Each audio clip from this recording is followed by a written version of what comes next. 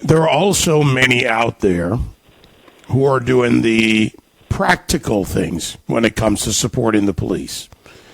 And there's nothing wrong with tweeting about it or on Parler or on Facebook or Instagram supporting the police with your words, memes. It's all great. It's all part of it. But action needs to be taken, and Back the Badge USA does exactly that. They go out and they take action. What's great about this is, like many other organizations around the country that are beginning to step up, it is not always going to be this big national organization, but it will be someone with an idea, like Darrin Parent, president of Back the Badge, who will step up and help law enforcement locally, which becomes a bigger part or a part of a much bigger picture. Darrin joins me now. Darrin, how are you? I'm doing excellent, David. How are you today? Yeah, great. You know, after we talked last week, see, on my vacation, I did work a little bit, but after we talked last week... Working vacation. You got it. What I really like about this is what I just said. Organizations like yours are not big national organizations, but you're part of a national consciousness. Small organizations that step up in a big way for our first responders, for law enforcement. First, just how did you get started with your Back the Badge program?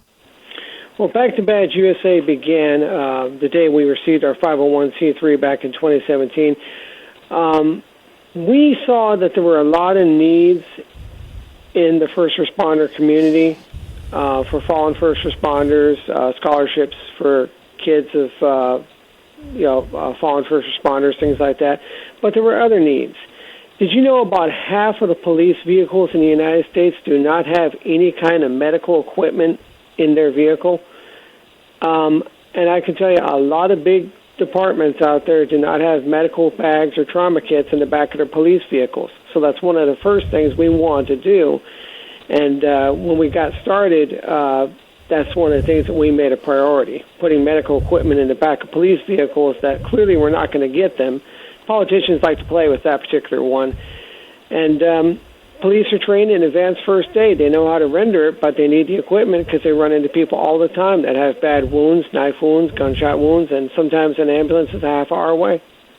So the number that you mentioned, half the vehicles or whatever the number really is that don't have kits, medical kits. I'm just reaching through my common sense veil here and asking the question, why wouldn't this be a priority for not just the departments, obviously, but for the political, the elected officials, the mayors that run these police departments? You know what, David, I have no idea. You got to look at some of the things that politicians play their little game of chess with, or sometimes checkers, as far as their budget goes, and you got to wonder why all these things here, which aren't really doing much, and yet law enforcement does not have simple medical equipment to save lives because they run into people all the time that need help. So basically they got to call the ambulance, and it's like, why? You just want to grab the politicians by the lapels and say, why? I have no idea. Just politicians with their priorities, I guess.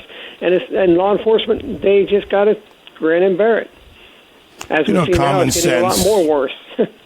Common sense says that if the police, and they are, trained in basic life-saving skills, some are even more advanced, as we both know, then you would want to provide them with that from a couple of aspects. Quicker response, the ability to help someone, and also reduce the number of calls on fire and EMS. So to me, it just seems illogical that wouldn't be a focus. It's as important as bulletproof vests in many ways, and they always talk about bulletproof vests. Yeah, bulletproof vests, that is a priority, and as we get started as an organization, if there was an agency or whatever that didn't have vests, which is very rare, but we would try to address something like that. Of course, we try to do everything we can, but right now we're focusing on the medical bags. And we put medical bags in the back of 15 vehicles in a small town of Somerton, Arizona, last year. And they're 20 miles from the nearest hospital, Yuma, and 15 miles from the U.S.-Mexico border. Nice little quiet town, but within a couple of weeks, they had 3 drive-by shooting incidents, and only one person was injured and all that.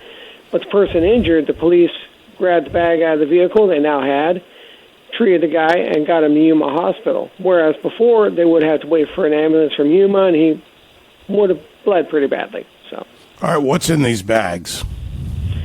a lot of stuff. Your basics as far as your first aid goes, all the first aid basics, bandages, things like that, wraps of all sorts.